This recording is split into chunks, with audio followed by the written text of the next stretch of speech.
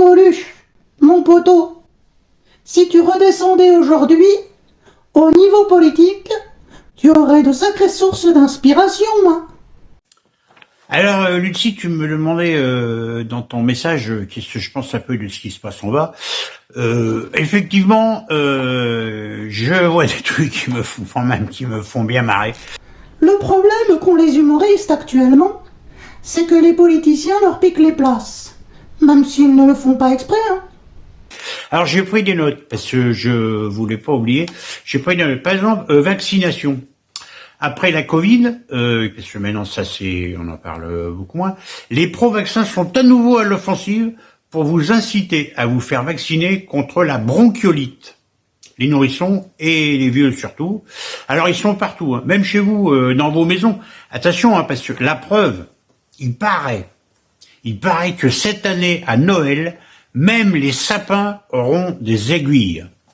C'est pas vous dire. Certains ne savent même pas ce qu'ils racontent. Tiens, voici quelques perles d'humour. Au hasard, je commence par un ancien député macroniste, Thierry Solaire. Enfin, je sais pas qui c'est, hein.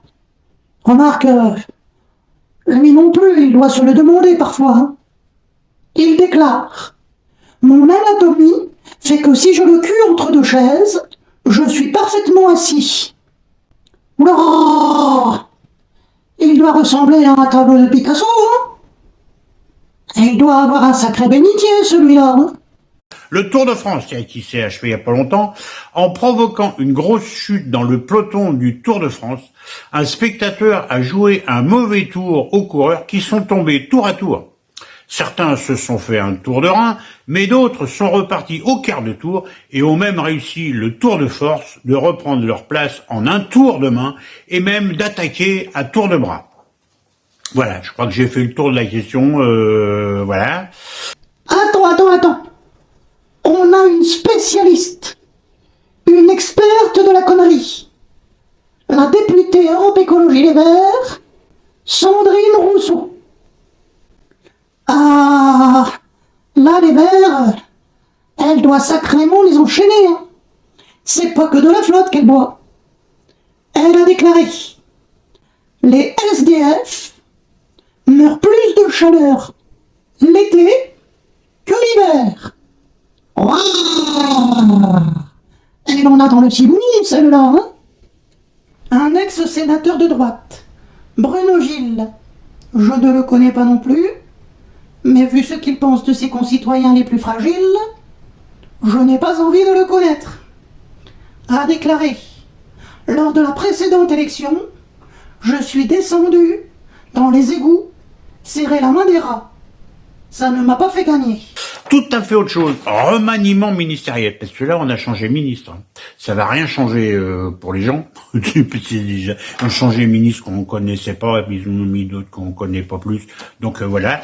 Mais par contre, il y a une information importante, c'est que Éric Dupond-Moretti a finalement été confirmé à son poste au ministère de la Justice. Il continue de garder les sceaux. Voilà. Les sceaux, c'est nous, hein. Les cons, quoi, en gros. Voilà. Alors, immédiatement, ce qu'il faut savoir, c'est qu'immédiatement, après cette info, une pub pour un magasin hard discount annonçait moins 50% sur les avocats. Est-ce que c'est une coïncidence ou de l'humour? On est mal, patron, on est mal. Extraterrestres. Alors ça, c'est important parce que depuis quelque temps, on parle de plus en plus des extraterrestres. Maintenant, les informations sérieuses. Avant, on disait c'est des fous. Maintenant, on le dit sérieusement. Les extraterrestres sont parmi nous depuis des millénaires, nous dit-on.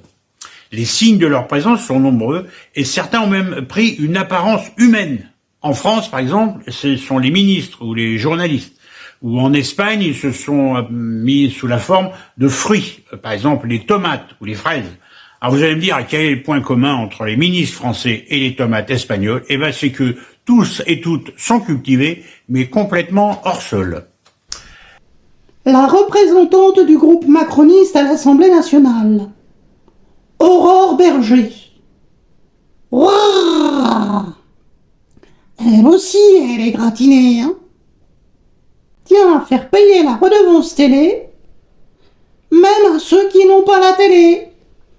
Bruno Le celui-là aussi, ministre de l'économie d'Emmanuel Macron, qui touche plus de 10 000 € par mois et qui déclare avoir du mal à boucler ses fins de mois parce qu'il a une famille nombreuse. C'est peut-être pour cela qu'il s'est lancé dans l'écriture de romans érotiques. Voilà, qu'est-ce que j'ai d'autre? Tiens, Meghan et Harry. Ah, ça c'est un feuilleton intéressant, Meghan et Harry.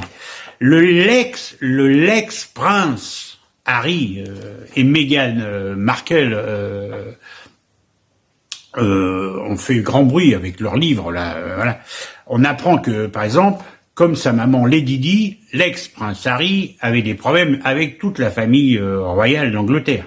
Mais contrairement à sa maman Lady Di, l'ex-prince Harry a su s'extirper de cette famille et contrairement à sa maman Lady Di avec sa Mercedes, l'ex-prince Harry avec sa Meghan voit désormais le bout du tunnel. À Lyon, la mairie écologiste met en place des pistes cyclables en précisant qu'elles sont non-genrées. Ça veut dire quoi, ça? Il y avait vraiment besoin d'une précision, là? Pour lutter contre la pollution, un élu, écologiste de la ville de Vincennes, refuse de subventionner un club de bateaux à voile. Lui, il a du vent dans la tête, hein? Feu d'artifice. Alors ça c'est important aussi. Les commissariats en France sont de plus en plus attaqués aux mortiers d'artifice. Je vois ça d'en haut, on voit la lumière sans arrêt, c'est terrible. Les syndicats sont en colère. Le monde politique s'indigne. Et tous regrettent que les jeunes des quartiers n'aiment pas la France. Eh ben c'est faux. Ils l'aiment la France. Ils l'adorent la France. Ils l'aiment tellement qu'ils veulent fêter le 14 juillet tous les jours. Et on les critique. Hein? Faudrait le savoir quand même. Bon. Marlène Schiappa. Oui, aïe, aïe, aïe, aïe. Tout un programme. Un sacré phénomène aussi. Alors, ministre délégué chargé de la citoyenneté, qui déclarait en pleine conférence de presse, quand les journalistes l'interrogeaient sur la polygamie en France, on ne va pas s'interdire les plans à trois. Eh oui, vive les partouzes!